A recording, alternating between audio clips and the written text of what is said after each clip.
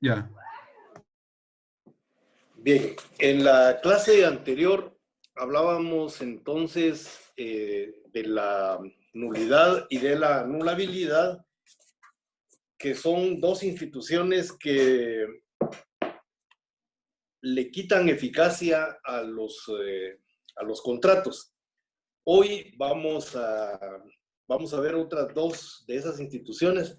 Ojalá pudiéramos verlas todas, pero la clase estuvo bastante larga el día martes. Vamos a ver si los compenso el día de hoy con una clase un poquito más breve.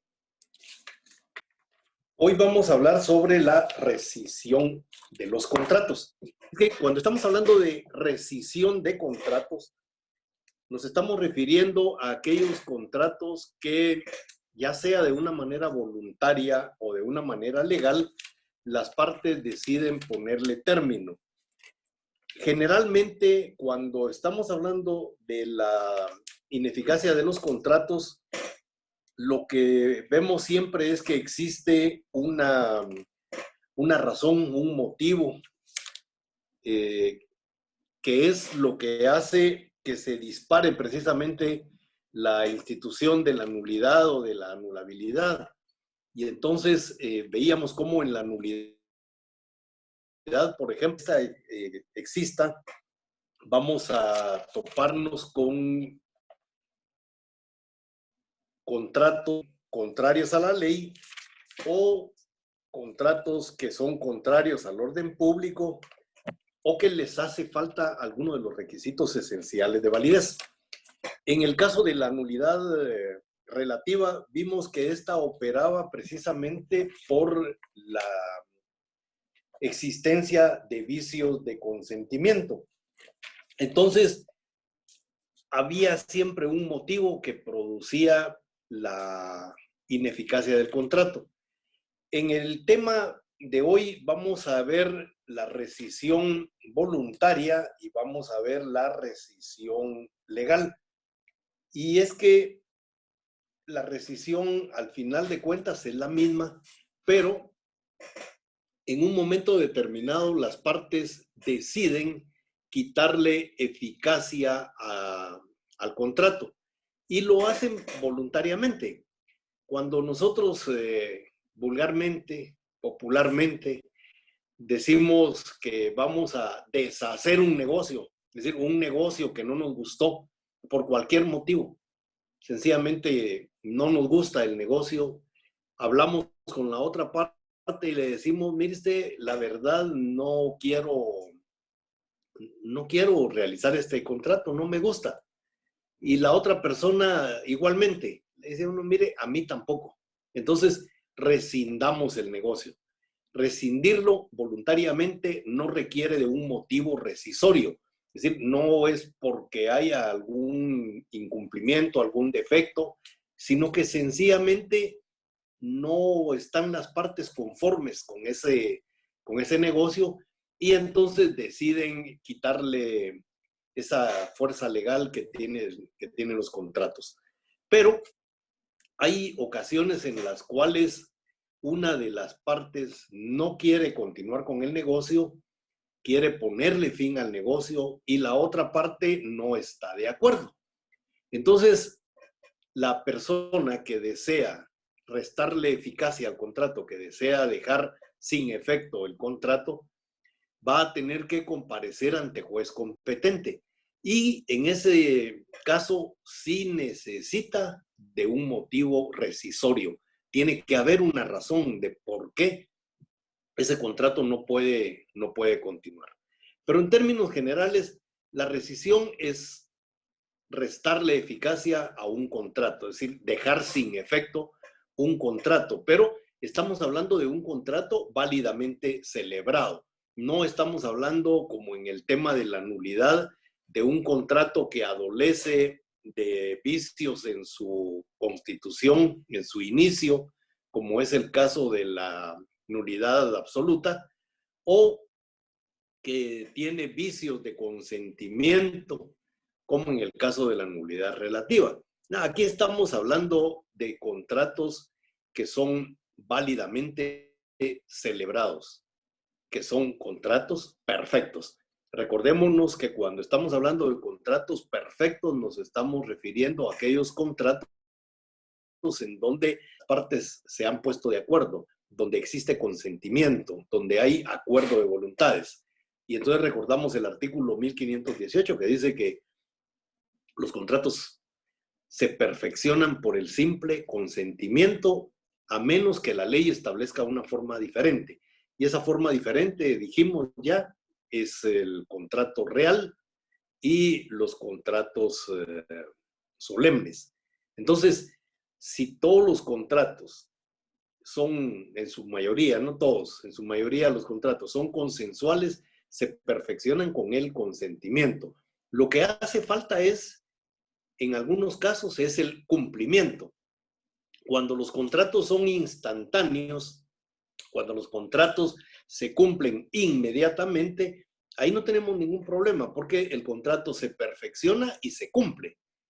Pero cuando los contratos tienen su cumplimiento sujeto a un plazo, mientras el plazo no se cumpla, el contrato es un contrato perfecto, porque ha nacido a la vida jurídica y surte todos los efectos jurídicos, pero le falta cumplimiento.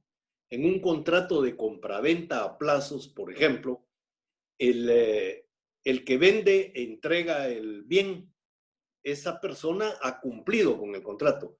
Desde el momento que las partes se ponen de acuerdo, ese contrato de compraventa es perfecto. Es decir, nace a la vida jurídica con todos sus efectos. Pero en el caso del comprador que está pagando por abonos, él no ha cumplido todavía. Su cumplimiento está pendiente. Y entonces podemos entender que un contrato es perfecto, pero en algunas ocasiones aún no se ha cumplido. Pero no confundamos nunca lo perfecto con el cumplimiento. El cumplimiento es una consecuencia del contrato.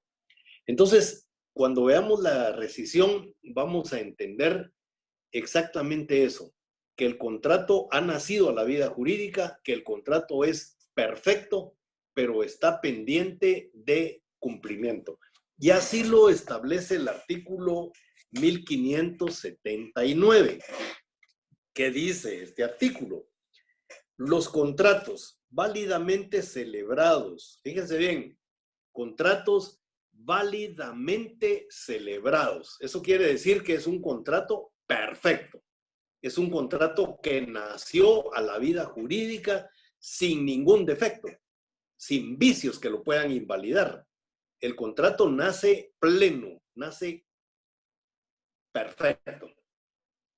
Entonces dice, los contratos válidamente celebrados.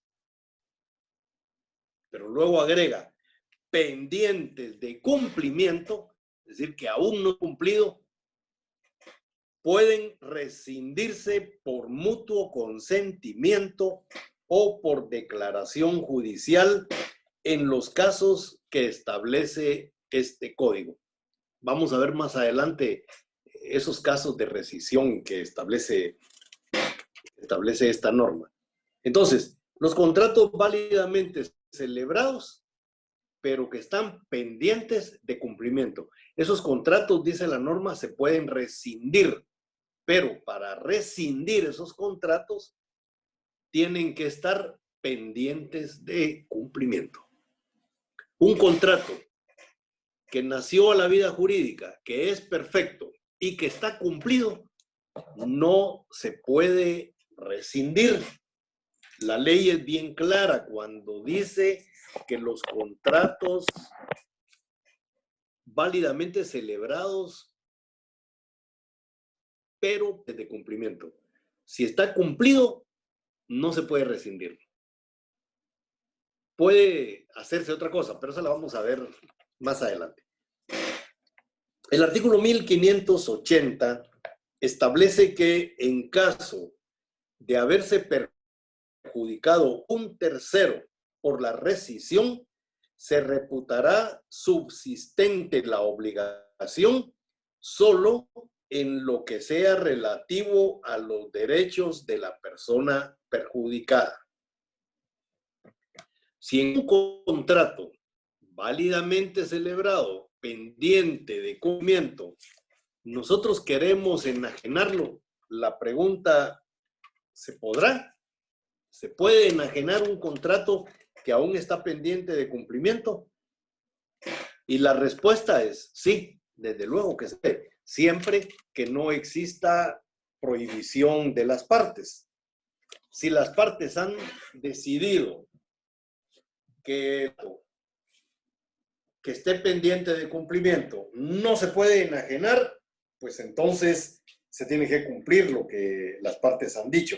Recuérdense siempre de la norma pacta sunt servanda, que nos dice que lo que las partes han convenido es ley entre ellos y por lo tanto no se puede hacer lo contrario.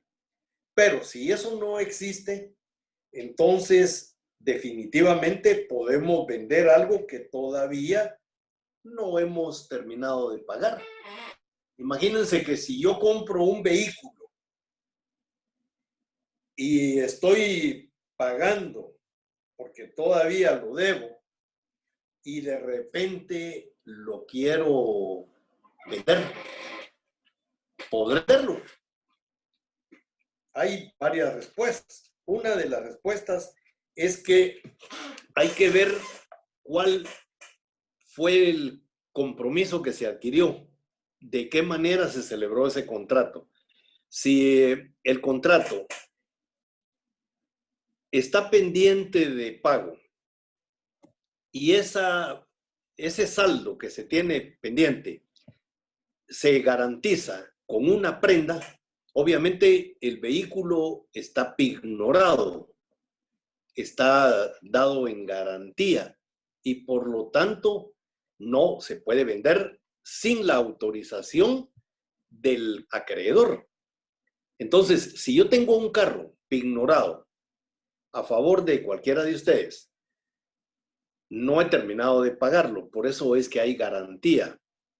Quiero venderlo, tengo que pedirles autorización.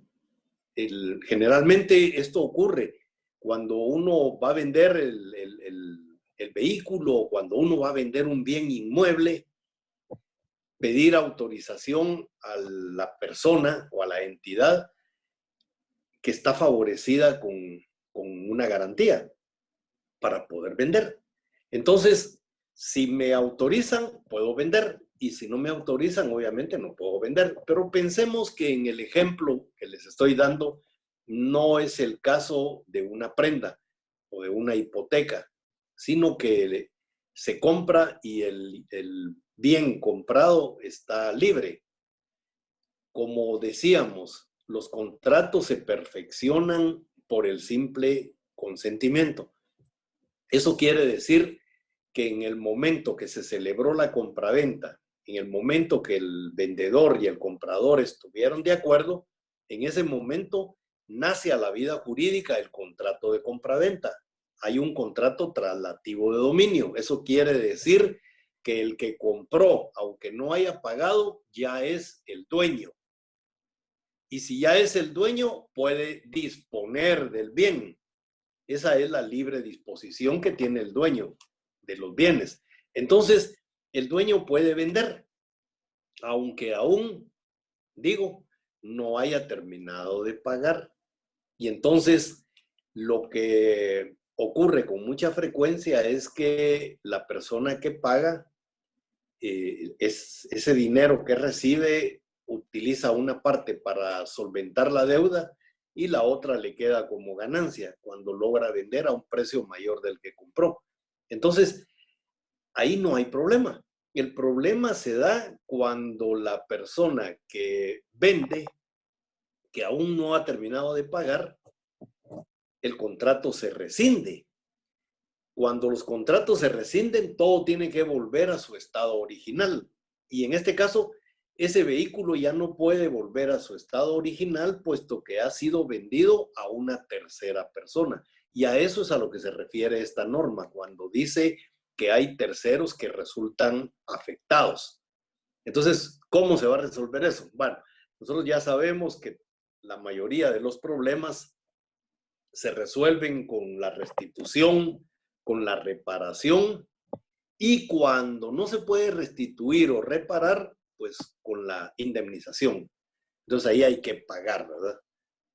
Si hubo mala fe, además de pagar, hay que pagar daños y posibles perjuicios. Entonces, el artículo 1580, si lo volvemos a leer, dice, en caso de haberse perjudicado un tercero por la rescisión, se reputará subsistente la obligación solo en lo que sea relativo a los derechos de la persona perjudicada. En el caso de la persona que compró, los derechos le asisten. Es decir, él compró de buena fe y por lo tanto no se le puede perturbar. La ley no lo va a perturbar. En este caso se resolverá con la devolución no del vehículo, sino de dinero, el pago del vehículo, porque este ya no puede ser devuelto.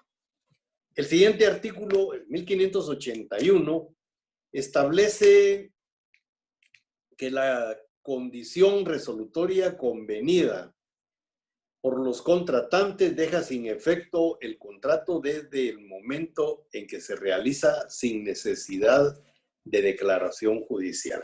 Aquí ya estamos entrando a otra institución. La rescisión, vemos, solamente tiene 2 artículos. Lo importante de la rescisión es que nosotros debemos saber que cualquier contrato que está válidamente celebrado, o sea que nació perfecto a la vida jurídica, pero que está pendiente de cumplimiento, se puede rescindir, se puede dejar sin efecto, de forma voluntaria, cuando las partes están de acuerdo en que se rescinda el negocio jurídico, no es necesario un motivo rescisorio para ello.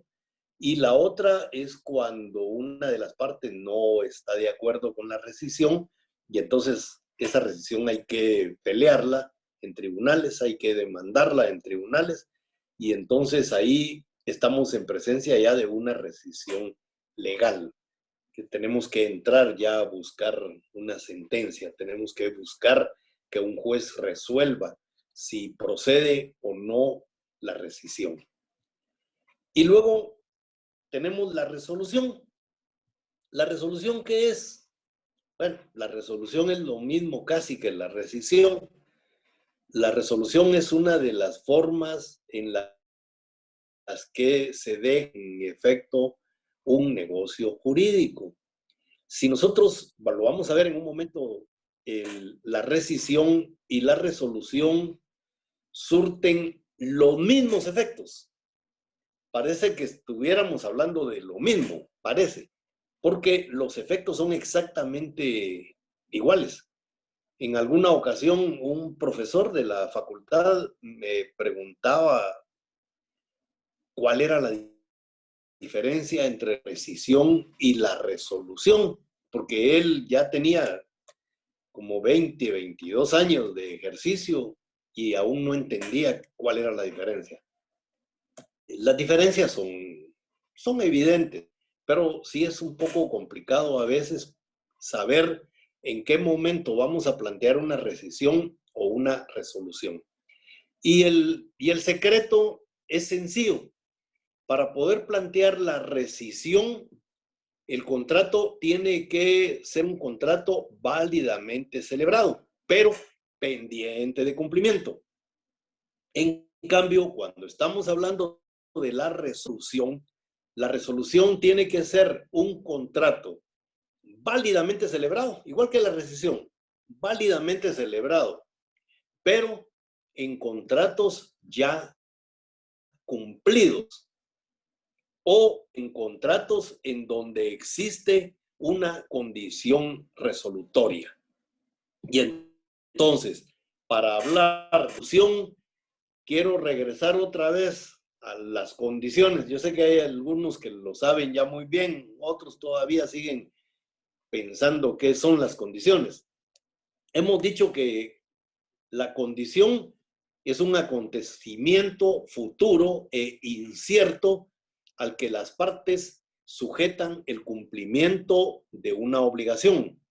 En el caso de la resolución, la condición resolutoria es un acontecimiento futuro e incierto al que las partes han sujetado la terminación de un negocio jurídico.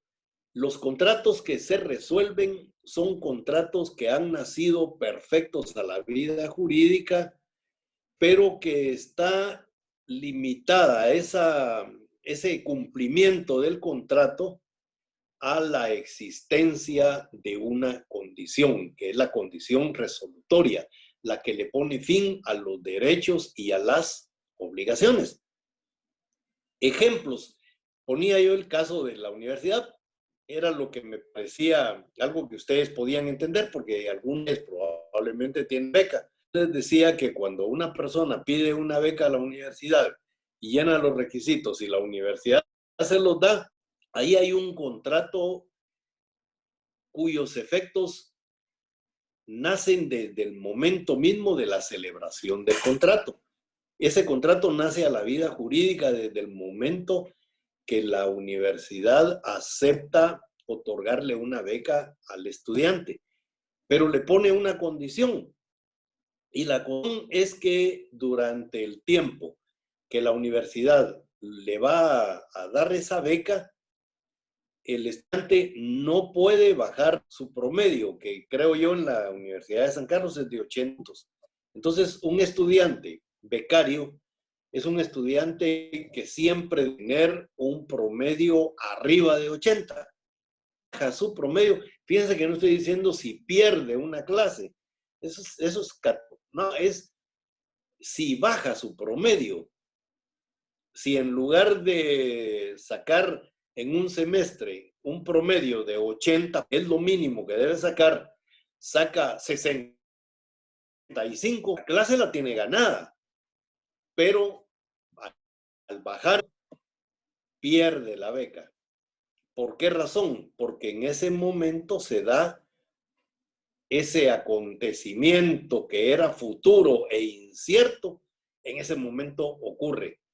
Entonces deja de ser un acontecimiento futuro, ya es un acontecimiento presente y ya no es incierto, ya se sabe qué fue lo que pasó.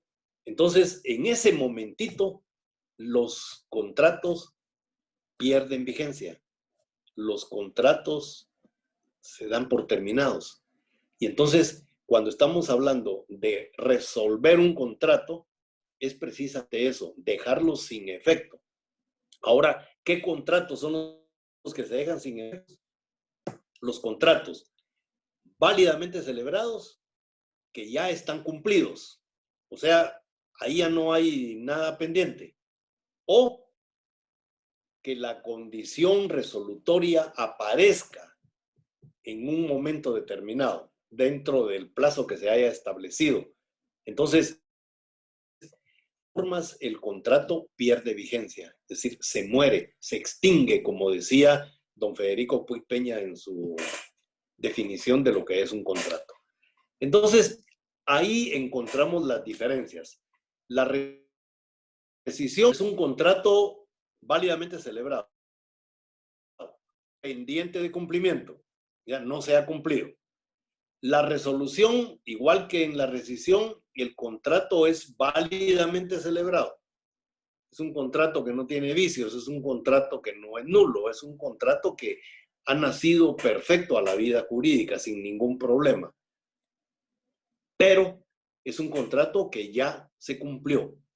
Y entonces veamos el ejemplo, la compraventa nuevamente.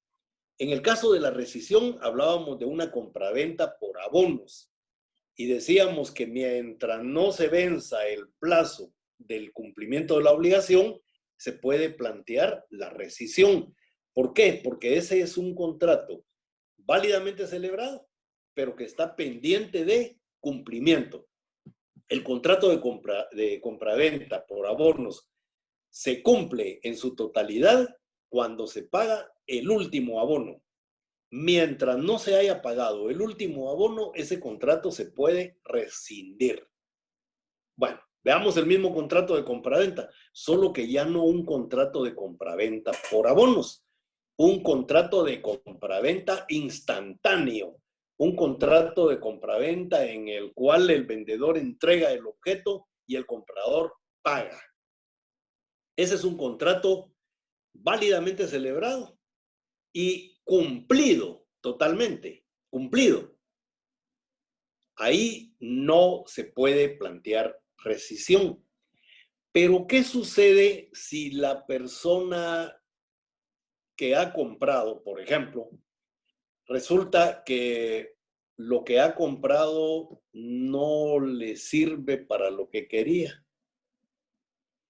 Que lo que ha comprado lo está peleando otra gente que dice que es el dueño del bien y no quien se lo vendió, y le ha presentado una demanda ante juez competente. Entonces, la persona que compró se ve perturbada en sus derechos.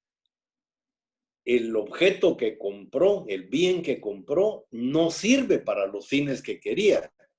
Entonces, ahí vamos a tocar el tema del saneamiento, que lo vamos a ver cabalmente al terminar la ineficacia de los contratos.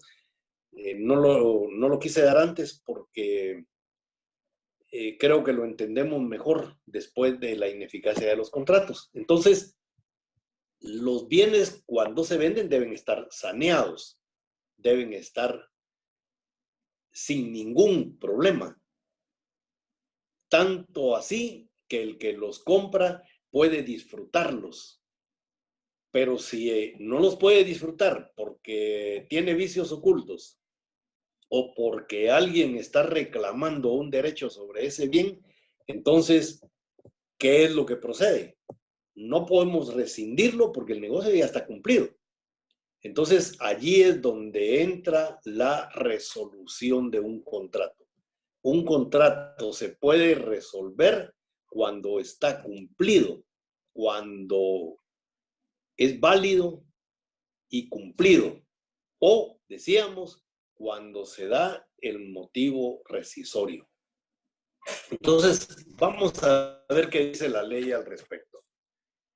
El artículo 1581 dice que la condición resolutoria convenida por los contratantes deja sin efecto el contrato desde el momento en que se realiza sin necesidad de declaración judicial.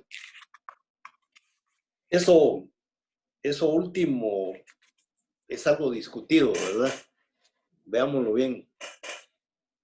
La condición resolutoria convenida por los contratantes deja sin efecto el contrato desde el momento en que se realiza, sin necesidad de declaración judicial. Es que un juez no tiene que resolver sobre si hay o no hay resolución. Es decir, las partes han convenido que la resolución se va a dar si acaece esa condición a la que le han puesto como coto al contrato para que pueda seguir adelante o para que pierda eficacia, para que quede sin efecto.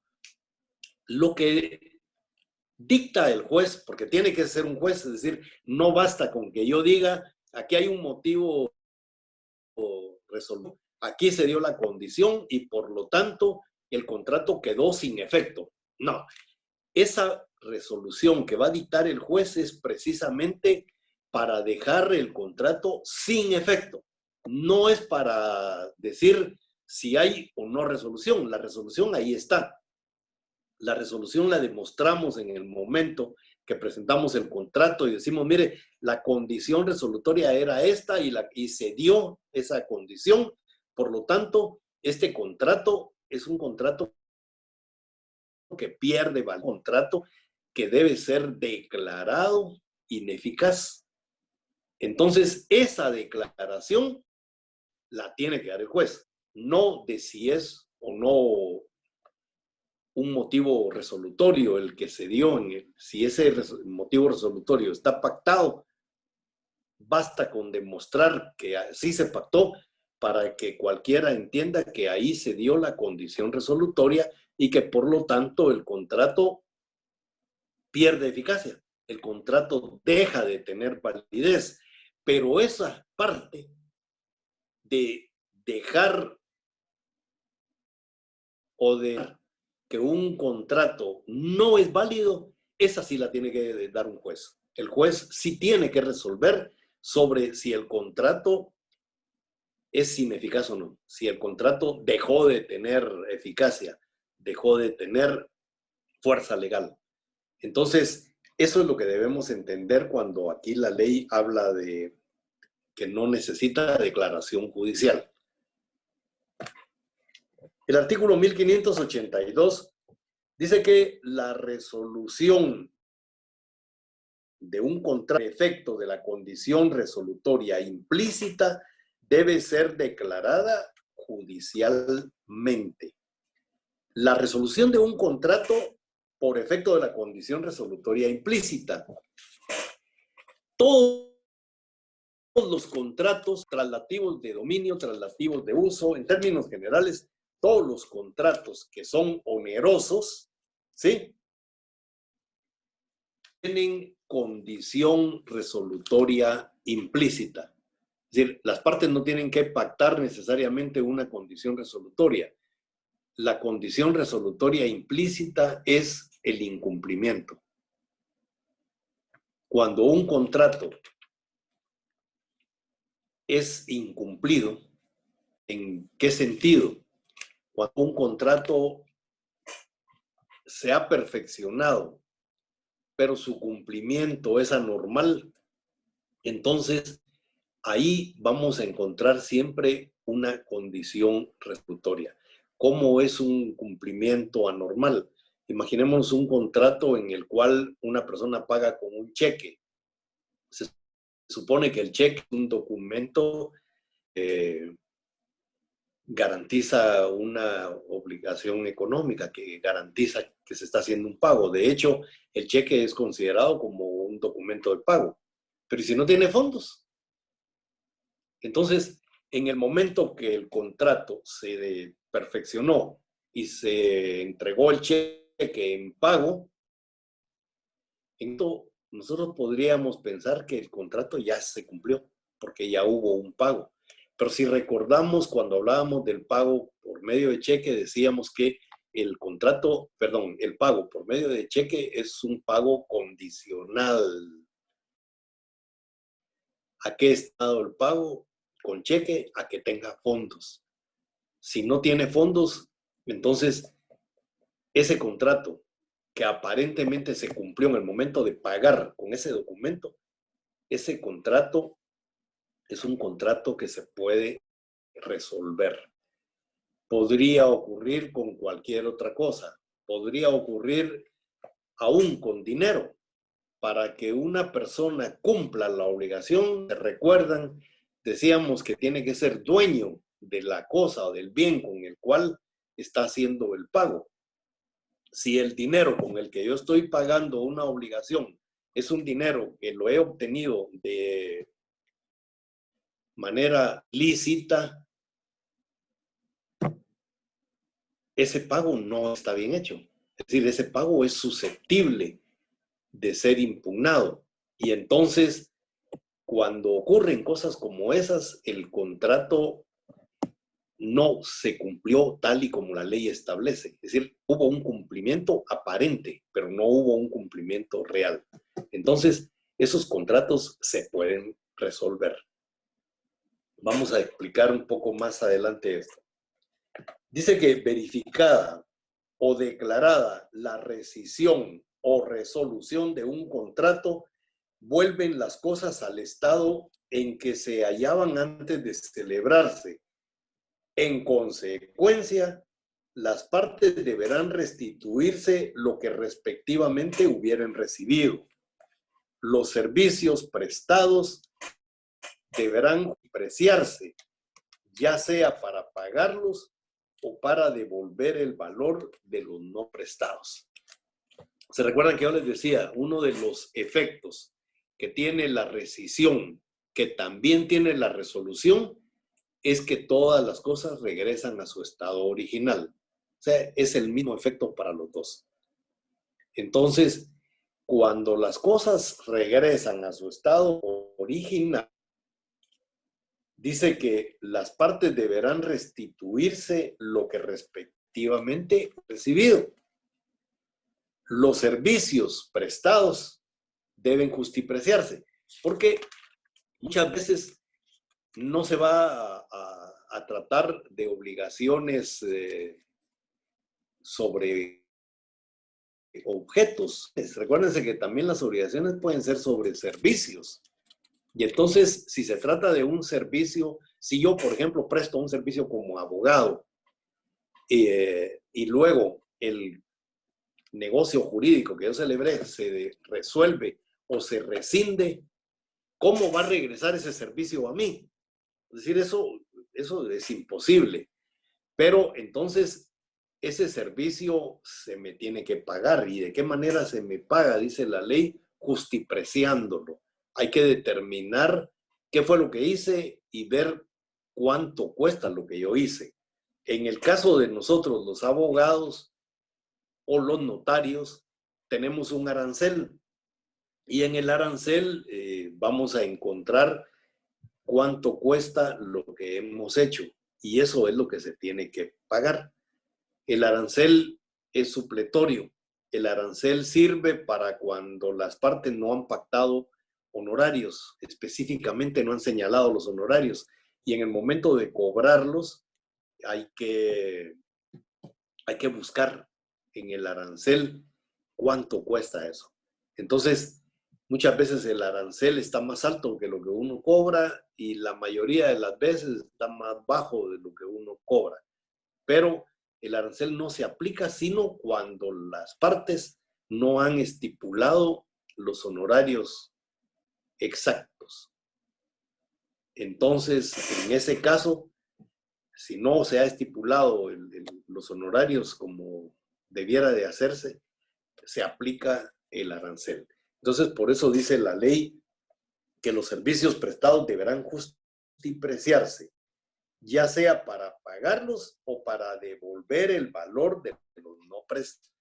Si yo hago un servicio y me están pagando una cantidad de dinero por ese servicio, pero lo que hice no es total, entonces yo voy a tener que devolver la cantidad de dinero que me dieron, cubre el trabajo que yo realicé.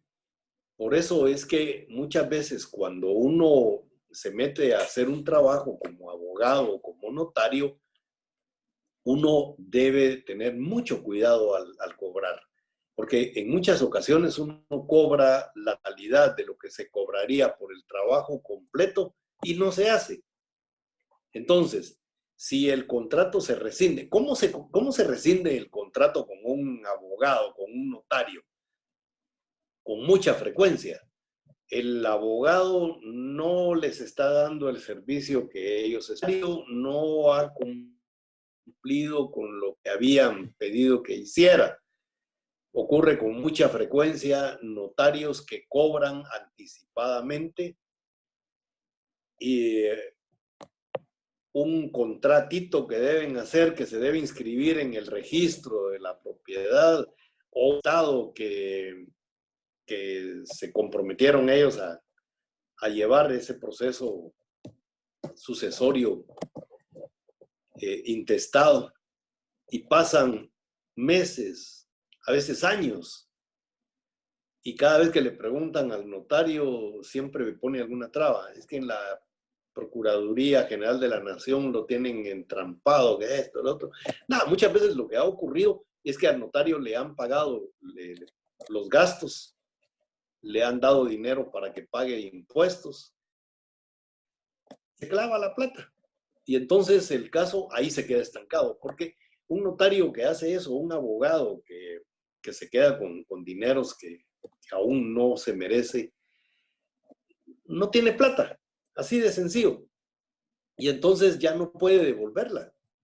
Y y no puede continuar con el proceso porque los procesos implican gastos y no tiene con qué pagarlos. Ahí dejan tirados los casos, ¿verdad? Entonces se ve con mucha frecuencia que las personas deciden contratar a otro abogado. Y la pregunta es, ¿qué pasó con el dinero que le dieron al abogado? Muchas personas lo dan por perdido. Algunas otras personas demandan la devolución del dinero. Entonces, se tiene que justipreciar lo que el profesional hizo. Bueno, yo no sé por qué le llamo profesional, eso no es digno de un profesional, pero bueno, se tiene que justipreciar qué hizo. Bueno, mire, lo que usted hizo es un 30% de lo que le pagaron, entonces devuelva el 70%. Muchas de esas cosas son las que ocurren alrededor de la profesión. No solo, yo hablé de abogado porque nosotros somos estudiosos de la ley, vamos a ser abogados en su momento, pero puede ser cualquier profesional. El ingeniero al que le va a levantar una casa y se clava la plata y luego no tiene para comprar los materiales, la casa queda abandonada. Bueno, en todas las profesiones se da eso. El artículo 1584 establece que en la rescisión por mutuo consentimiento, ninguna de las partes podrá reclamar daños y perjuicios, frutos ni intereses, si no lo hubieran convenido expresamente. Si las partes convinieron que si se rescinde el negocio jurídico, al devolverse las cosas, se tienen que pagar todas estas cosas que dice el artículo 1584, entonces se tiene que pagar.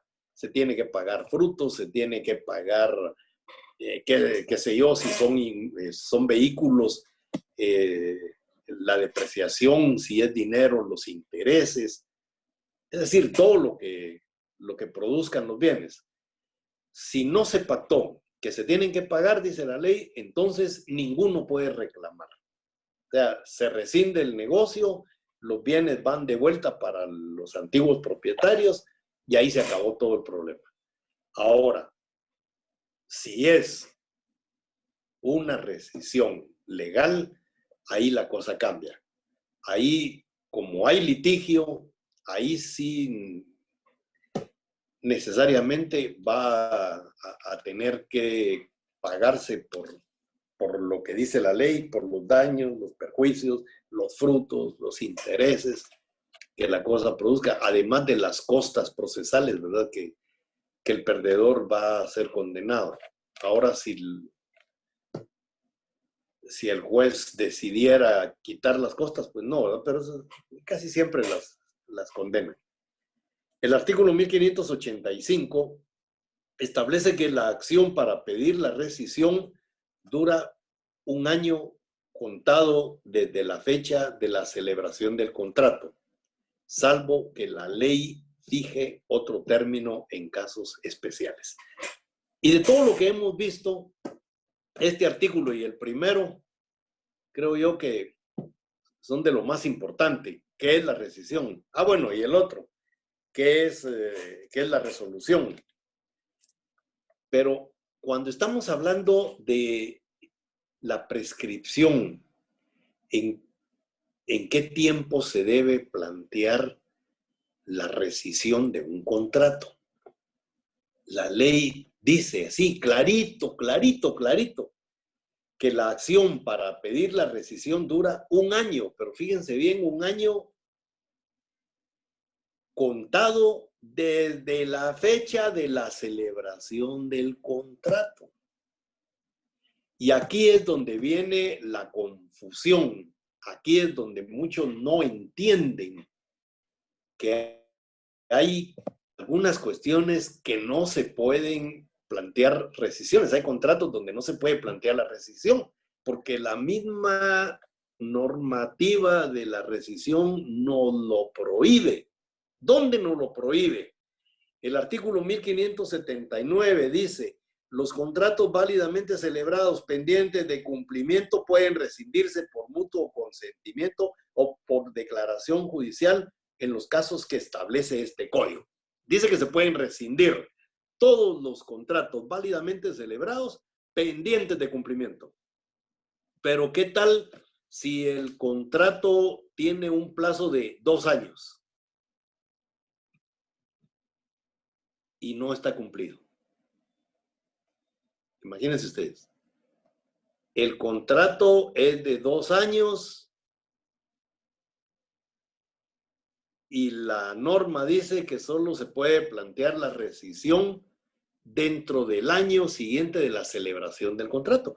Entonces, si el contrato aún está pendiente de cumplimiento, podría rescindirse, porque está pendiente de cumplimiento. Según la norma 1579, dice los contratos válidamente celebrados pendientes de cumplimiento.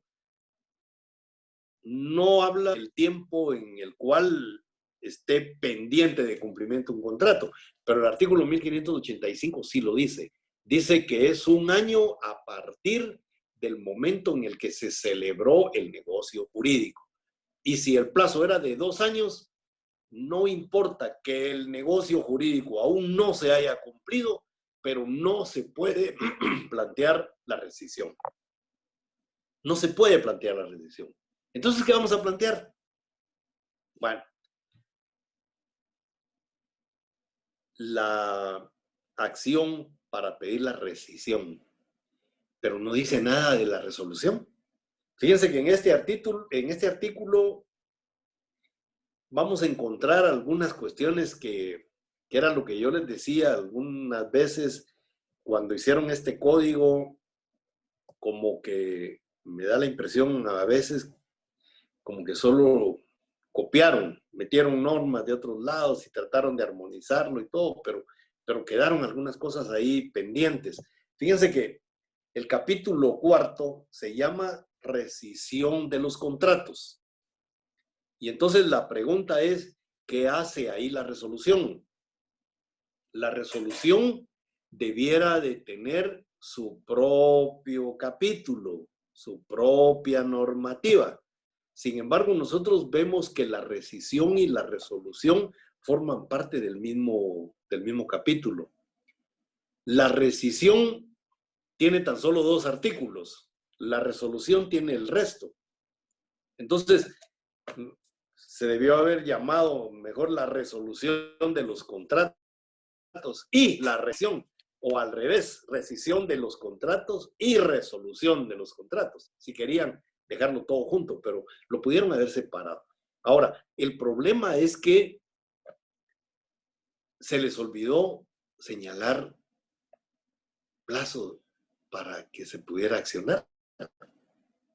Fíjense que dice, la acción para pedir la rescisión dura 1 año, contado desde que el contrato se celebró. Pero ¿y la resolución? Bueno, como no dice nada, sabemos que tenemos que buscar en la ley. ¿Y dónde lo vamos a encontrar? ¿Dónde está el plazo de la resolución? Veamos el artículo 1508.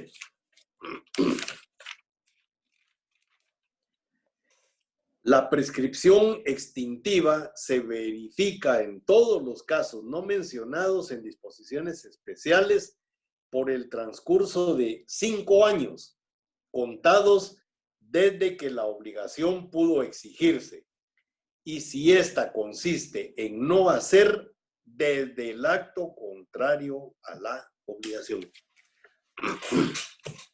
En vista que la resolución no tiene una norma específica que diga en cuánto tiempo prescribe el derecho de accionar, la rescisión sí lo tiene, dice que es 1 año a partir de que se celebró el negocio.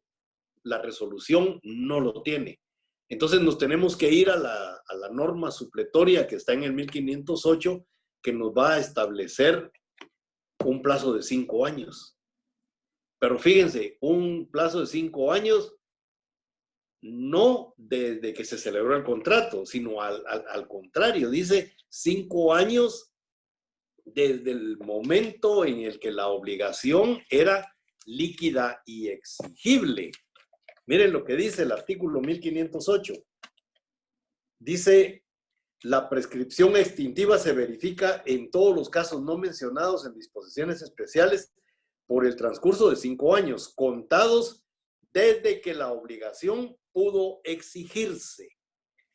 En un contrato válidamente celebrado, pendiente de cumplimiento, que tiene un plazo de 2 años, la prescripción comienza a correr desde el día que las personas aceptaron el contrato, desde el día que firmaron el documento donde está el contrato. En esa fecha comienza a correr el término de prescripción. Y para poder plantear la rescisión, solamente lo pueden hacer, dice el 1585, dentro del año de la celebración de este contrato. Si el contrato era de 2 años, pasado el año, ya no pueden plantear la rescisión. Entonces, si a ustedes como abogados les tocara un caso como ese, no vayan jamás a plantear una rescisión porque no se las van a declarar con lugar. ¿Qué es lo que nos toca plantear entonces? Una resolución. ¿Por qué vamos a plantear una resolución? Porque el contrato en este momento no está cumplido, pero está fuera del plazo que establece la ley para poder plantear una rescisión. Y entonces ya no lo vamos a plantear por el hecho de que el contrato no se ha cumplido, sino que lo vamos a plantear por el hecho de que hay una condición resolutoria implícita. Y esa es la condición que nosotros tenemos que buscar. Por eso es que cuando nosotros vamos a plantear una resolución de manera legal, es decir, cuando vamos a acudir ante un juez competente, tenemos que demostrar el motivo resolutorio. ¿Cuál es ese motivo resolutorio? El que las partes pactaron, sí lo pactaron. Pero ¿y si no lo pactaron? Entonces nos vamos a lo que decía el 1582, que en todos los contratos onerosos hay condición resolutoria implícita. Entonces, lo que tenemos que buscar es cuál es la condición resolutoria implícita. Nos va a costar un poquito más, pero la vamos a encontrar. Es decir, en dónde ese contrato no está cumplido debidamente. Y si encontramos ese motivo rescissorio implícito que dice la ley, la pegamos, ya podemos plantear con toda certeza una resolución de contrato y seguramente que se va a declarar con lugar. Entonces, recapitulando, para que exista rescisión, el contrato tiene que estar válidamente celebrado, pendiente de cumplimiento, y debe hacerse dentro del año del momento en el que el contrato se celebró. La resolución debe ser un contrato válidamente celebrado, cumplido, o en el que exista un motivo rescisorio, que las partes hayan pactado, o el implícito que la ley establece que existe en todos los contratos onerosos. El problema aquí, les decía yo a ustedes, es encontrar esa condición resolutoria implícita, pero se puede encontrar. Es decir, ¿en dónde fue que falló una de las partes? ¿En dónde está ese motivo rescisorio? Les hablaba yo la vez pasada de un reloj. Es decir, si yo el reloj lo compré para bucear, el reloj tiene que servir para bucear.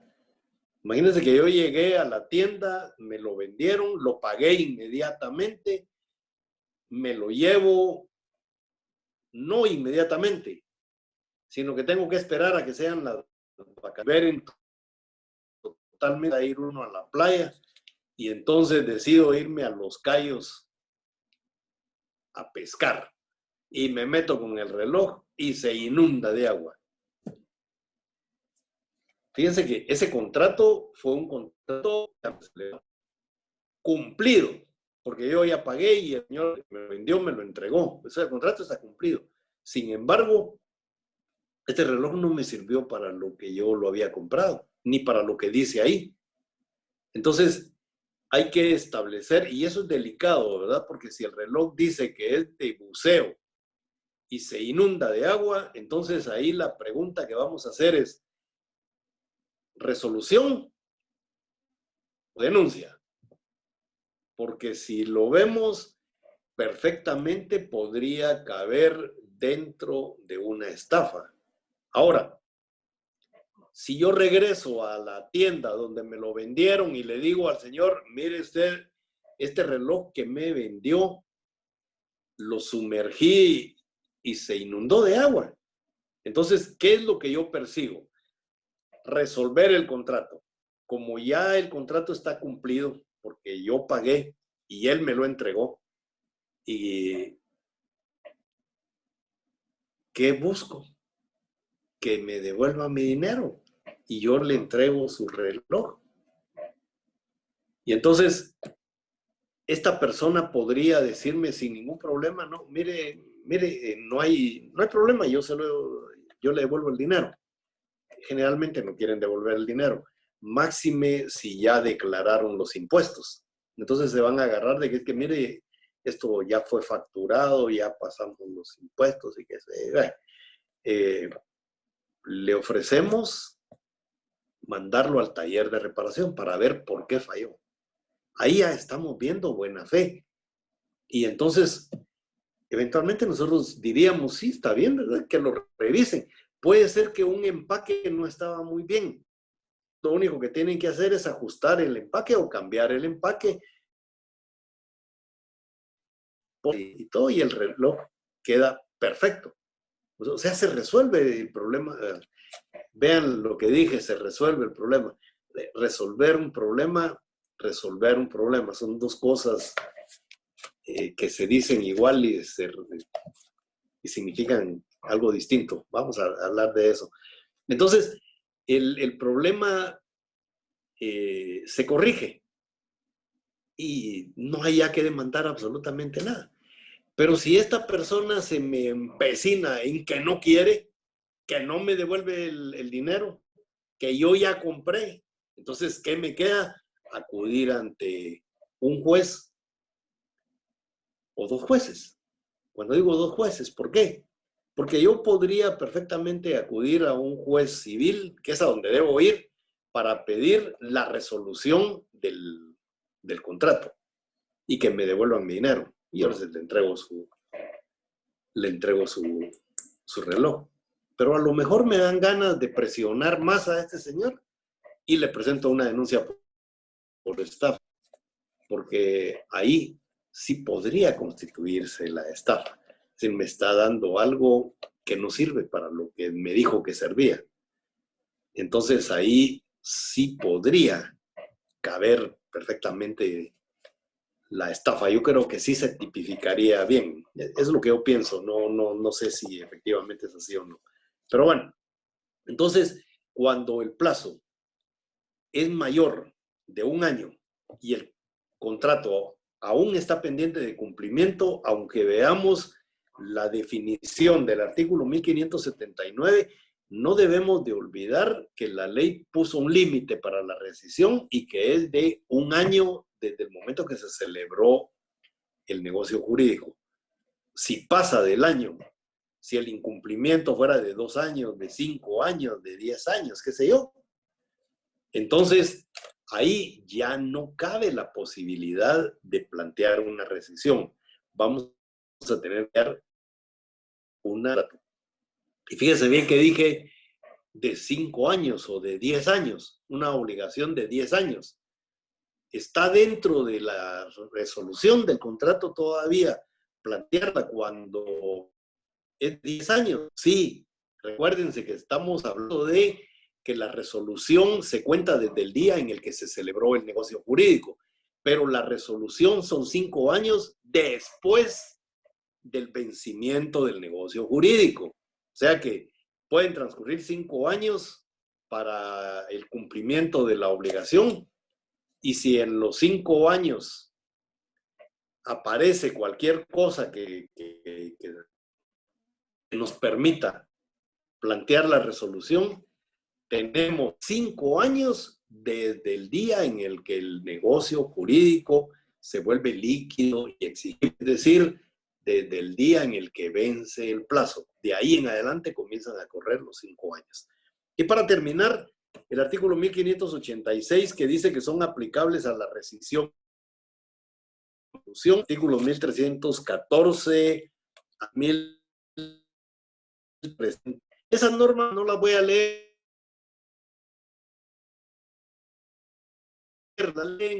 Son todas las cosas buenas que uno le hace a lo que compró. Si yo compro un carro y le pongo rines y llantas nuevas, le pongo aros nuevos, lo mando a pintar, le cambio la tapicería, etcétera, etcétera. Ahí le estoy haciendo mejoras al bien. Algunas de esas mejoras van a ser separables, algunas de pagarlas. Algunas mejoras son necesarias, algunas mejoras son suntuarias, de pleno goce, para que se vea bonito. Un carro que tiene llantas, RIN 15, ¿para qué le vamos a poner RIN 20? Es decir, solo para que se mire más bonito, para personalizar, lo que sé yo. Eso es con fines suntuarios. Eso no es necesario, no tiene uno por qué hacerlo, pero igual en esos artículos vamos a ver esas mejoras y cuándo se pueden separar y cuándo no se pueden separar, y entonces hay que pagar por ellas.